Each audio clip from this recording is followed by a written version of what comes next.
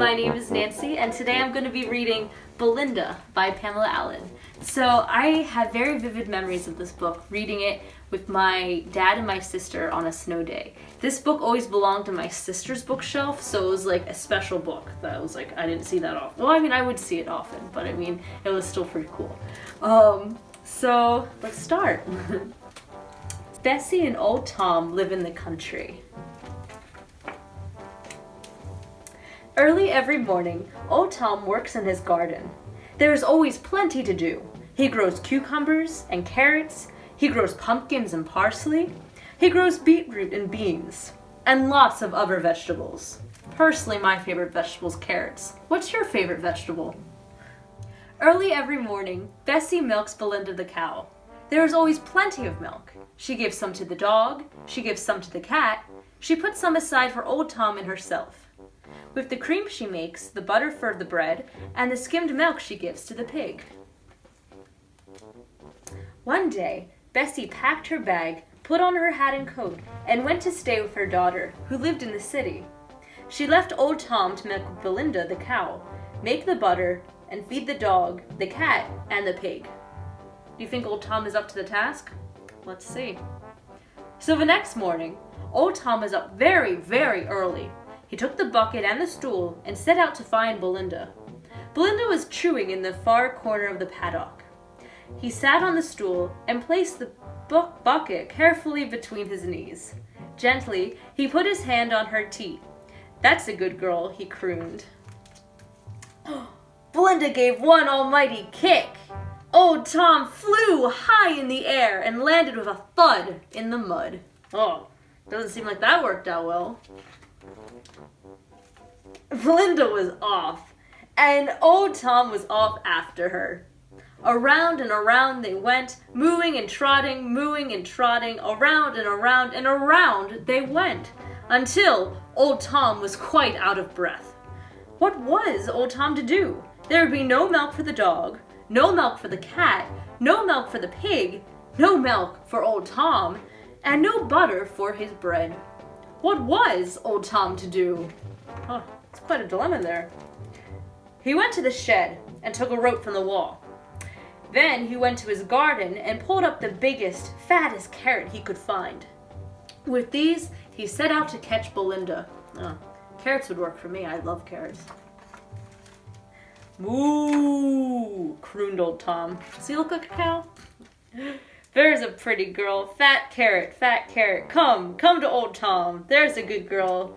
Moo, answered Belinda as she moved cautiously, carefully inching towards the carrot.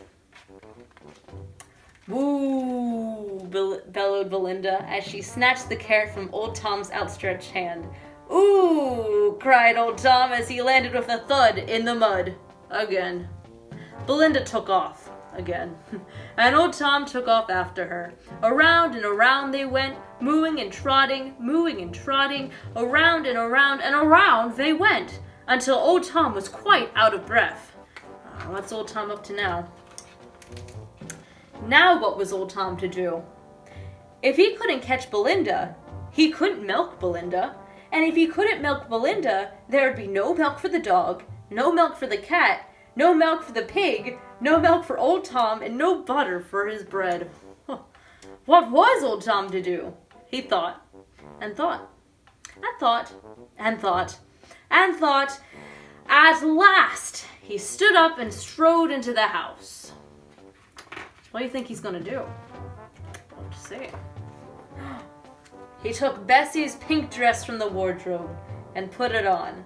The dress was too big, so he put a pillow from the bed and pulled and pushed and stuffed and shoved until at last the pillow was with him inside the dress. Then he tied Bessie's apron firmly around his middle to hold everything in place. He put on Bessie's big straw hat and he pulled on Bessie's big rubber boots. In this disguise, he set out to milk Belinda. Do you know what disguise means? Disguise is when you're trying to dress up and not look like yourself. So in this case, do you think he's doing a good job at it? Belinda was chewing in the far corner of the paddock. She looked up, blinked, then went on chewing. quietly, old Tom came closer and closer. He sat on the stool. He placed the bucket carefully between his knees. Gently, he put his hand on her teeth. This time, old Tom didn't say a word.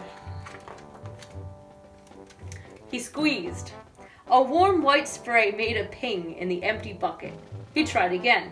Squirt, squirt, squirt, squirt, squirt, squirt. The milk crept up and up until the bucket was full and no more milk would come. Now there was plenty of milk. There was milk for the dog, there was milk for the cat, there was milk for old Tom, and cream to make the butter for his bread, and there was even plenty of skimmed milk left for the pig. Oh, when Bessie came home, she wondered how her pink dress came to have a mud on the hem. She almost said, "Who's been wearing my dress?" But old Tom had been the only one at home.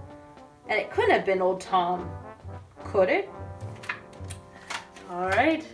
What did you think of the book? I hope you guys enjoyed it, and thank you for listening.